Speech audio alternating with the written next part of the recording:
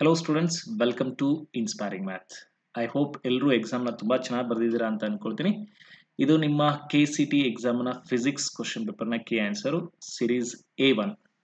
Question paper easy ಇತ್ತಾ difficult ಇತ್ತು ಅನ್ನುವಂಥ ಪ್ರಶ್ನೆಗೆ ಎಷ್ಟೊಂದು ಸ್ಟೂಡೆಂಟ್ಸ್ ಆನ್ಸರ್ ಹೇಳಿದ್ದು ಏನಂದರೆ ಕ್ವಶನ್ ಪೇಪರ್ ಮಾಡ್ರೇಟ್ ಇತ್ತು ಬಟ್ ಸಾಲ್ವ್ ಮಾಡೋದಕ್ಕೆ ಟೈಮ್ ಸಾಕಾಗಲಿಲ್ಲ ಅಂತ ಅನ್ನೋದು. ಅಫ್ಕೋರ್ಸ್ ಟೈಮ್ ಮ್ಯಾನೇಜ್ಮೆಂಟ್ ತುಂಬ ಇಂಪಾರ್ಟೆಂಟ್ ಆಗಿರುತ್ತೆ ಎಕ್ಸಾಮಲ್ಲಿ.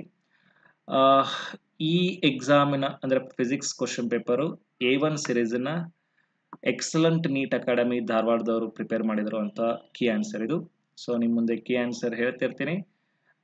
ಕೌಂಟ್ ಮಾಡ್ಕೊಳ್ರಿ ಎಷ್ಟು ನಿಮ್ಮ ಎಕ್ಸಾಮ್ ಅಂದರೆ ನಿಮ್ಮ ಸ್ಕೋರ್ ಎಷ್ಟಾಗಿದೆ ಏನನ್ನೋದನ್ನ ಕಮೆಂಟ್ ಸೆಕ್ಷನಲ್ಲಿ ದಯವಿಟ್ಟು ತಿಳಿಸಿ. ಸೊ ದ್ಯಾಟ್ ಮುಂದಿನ ಒಂದು ಪೇಪರ್ ಅನಲೈಸಿಸ್ಗಾಗಲಿ ಅಥವಾ ರಿಸಲ್ಟ್ ಅನಲೈಸಿಸ್ಗಾಗಲಿ ತುಂಬ ಹೆಲ್ಪ್ ಆಗುತ್ತೆ. Okay, question number 1, 2, 3. ಸೊ ಇದೆಲ್ಲ ನಿಮ್ಮ A1 ಸಿರೀಸ್ನ key answer. A1 series.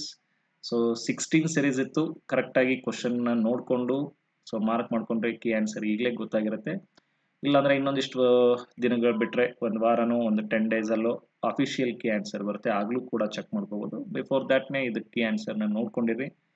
So check ಮಾಡಿಕೊಂಡು ನಿಮ್ಮ ಸ್ಕೋರ್ ಎಷ್ಟಾಯಿತು ಅನ್ನೋದನ್ನು ಕಮೆಂಟ್ ಸೆಕ್ಷನಲ್ಲಿ ತಿಳಿಸಿ. Okay, question number 16, 17, 18, 19, 20, 21. ಓಕೆ, ನಿಮ್ದೆಲ್ಲ ಎಕ್ಸಾಮ್ ಹೆಂಗಾಯಿತು, ಸೊ ಏನೇನು ಡಿಫಿಕಲ್ಟೀಸನ್ನು ಫೇಸ್ ಮಾಡಿದ್ರಿ ಅನ್ನೋದನ್ನು ದಯವಿಟ್ಟು ಕಮೆಂಟ್ ಸೆಕ್ಷನಲ್ಲಿ ತಿಳಿಸ್ರಿ. ಸೊ ಮುಂದೆ ಮ್ಯಾಥಮೆಟಿಕ್ಸ್ ಕ್ವಶನ್ ಪೇಪರ್ದ ಮೋಸ್ಟ್ ಇಂಪಾರ್ಟೆಂಟ್ ಕಾನ್ಸೆಪ್ಟ್ಸ್ ಮತ್ತು ರಿಪೀಟೆಡ್ ಕಾನ್ಸೆಪ್ಟ್ಸ್ ಯಾವುದಾದಿತ್ತು ಅನ್ನೋದನ್ನು ಒಂದು ವಿಡಿಯೋನ ಮಾಡೋಣ. ಎಸ್, 33, 34, 35, 36, 37, 39, 42, 43.